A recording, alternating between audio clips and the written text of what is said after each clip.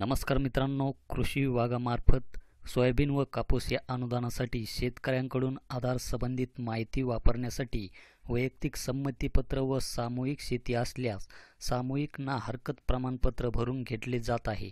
हा सर्व डेटा पोर्टलच्या माध्यमातून ऑनलाईन करण्यात येत आहे. ही प्रक्रिया पूर्ण झाल्यानंतरच पुढील कार्यवाही पार पडली जाणार आहे. तर मित्रांनो, PM किसान अर्थात नमो शेतकरी महासन्मान निधी योजनेच्या लाभार्थ्याचा डेटा सोयाबीन आणि कापूस अनुदानाच्या KYC प्रक्रियेशी जोडला जाणार आहे. म्हणजेच ज्या शेतकऱ्यांनी PM किसानच्या योजनेच्या अंतर्गत KYC केली आहे आणि त्यांची KYC या अनुदानासाठी आपोआपच होणार आहे. मात्र जे शेतकरी PM किसान योजनेचे लाभार्थी नाहीत त्यांच्यासाठी KYC प्रक्रिया करणे हे अत्यंत आवश्यक आहे. तर ज्या शेतकऱ्यांची KYC पेंडिंग आहे, तर अशा शेतकऱ्यांचा सर्व डेटा आपल्या गावचे जे काही कृषी सहाय्यक असतील त्यांच्याकडे आपल्याला पाहायला मिळणार आहे.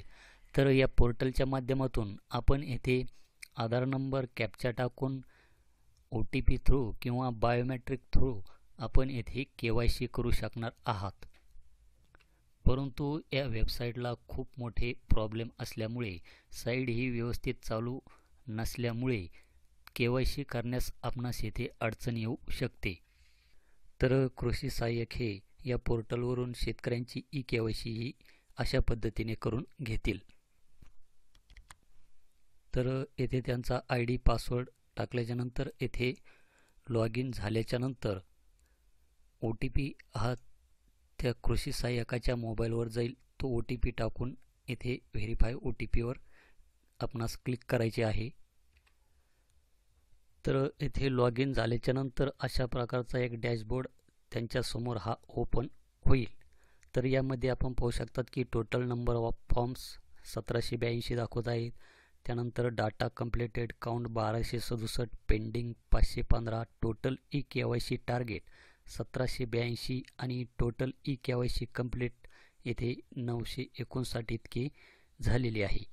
तर KYC करण्यासाठी येथे आपणास कॉटन अँड सोयाबीन स्कीम याच्या खाली सबमिट KYC नावाचे ऑप्शन आहे. तर येथे आपणास क्लिक करायचे आहे.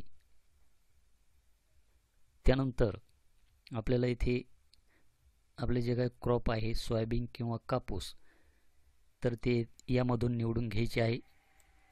तर मी येथे सोयाबीन हे निवडलेले आहे. त्यानंतर येथे डिव्हिजन, डिस्ट्रिक्ट, तालुका, त्यानंतर आपल्याला या ड्रॉपडाऊनमधून विलेज निवडून घ्यायचे आहे. विलेज निवडल्याच्या नंतर येथे सर्च या ऑप्शनवर आपल्याला क्लिक करायचे आहे.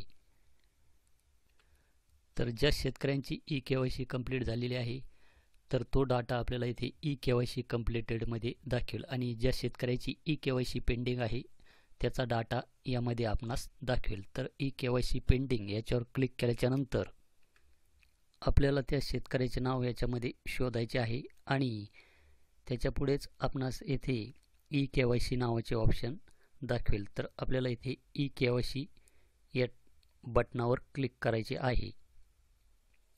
त्यानंतर त्या शेतकऱ्याचा आधार क्रमांक इथे आपणास दाखवेल. त्यानंतर आपण येथे OTP किंवा बायोमेट्रिकद्वारे त्या शेतकऱ्याची KYC ही करू शकणार आहात. तर मी इथे OTP हे ऑप्शन सिलेक्ट केलेले आहेत.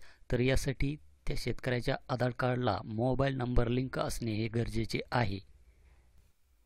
त्यानंतर आपल्याला इथे सेंड OTP याच्यावर क्लिक करायचे आहे. त्यानंतर त्या मोबाईलवर हा OTP चालल्या जाईल. तर आपल्याला इथे ओके करायचे आहे. त्यानंतर आपल्याला या बॉक्समध्ये तो जो काही मोबाईलवर OTP आलेला आहे तो OTP आपल्याला इथे टाकून घ्यायचा आहे आणि व्हेरीफाय OTPवर क्लिक करायचे आहे.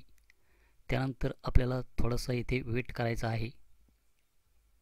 थोडासा वेट केल्याच्या नंतर आपण इथे पाहू शकता की KYC असे आपल्याला इथे दाखवेल आणि अजून आपल्याला थोडासा इथे वेट करायचा आहे.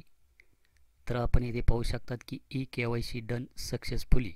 तर अशा प्रकारचा एक मेसेज आपणासमोर येईल आणि त्या शेतकऱ्याची KYC ही अशा प्रकारे तिथे होऊन जाईल.